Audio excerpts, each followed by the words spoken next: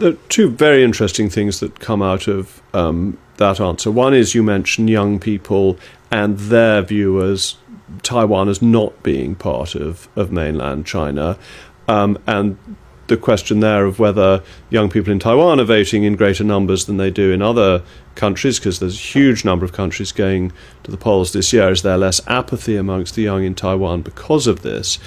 And the other question that comes out of your answer is one of the issue of stability across the straits, because the KMT used to argue that because they didn't push for independence, that everyone was sort of happy and it could all muddle along as it was, and if you didn't poke the bear, there wasn't going to be the risk of any trouble. Whereas the DPP was saying more that they felt you needed to be clearer. If there's a sort of coming together around a consensus position, does that make it more stable, or is that an opportunity for China to interfere? Those are both great questions. I'll take the first one first. You're absolutely well. One thing that's great about Taiwan is it's a vibrant democracy. About 70% of people vote of eligible voters vote, and that's what we saw in 2016 and 2020. So very vibrant democracy.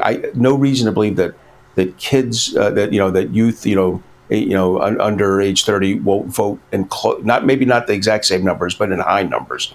And what's interesting is the polling in Taiwan tends to be based on landlines, not cell phones. So if the youth come out to vote, which I suspect they will, that probably gives a few extra points to the DPP.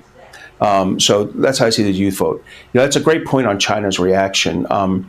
You're right. I think the KMT had a view on China that was probably accurate in 2010 and 2012, where, if we don't poke the bear won't, and we have good trade and good foreign direct investment in each other's countries, that China won't try to assert itself.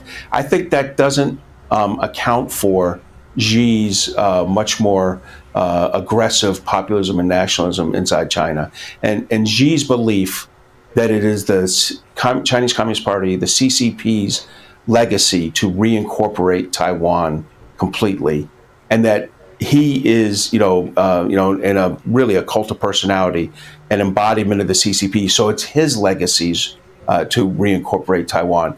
Now that puts you on a much tighter time frame for taking action on Taiwan, and that puts the KMT's plan in extremis.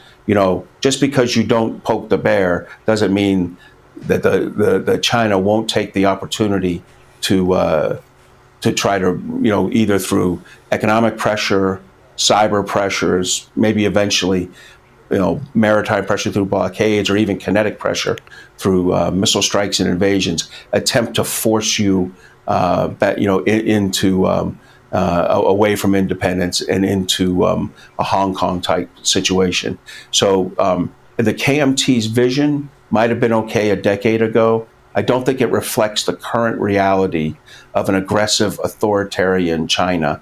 And just to prove my point, the unpredictability of Vladimir Putin, last February, should be another strong signal that our understanding of when and why authoritarians take action is incomplete at best.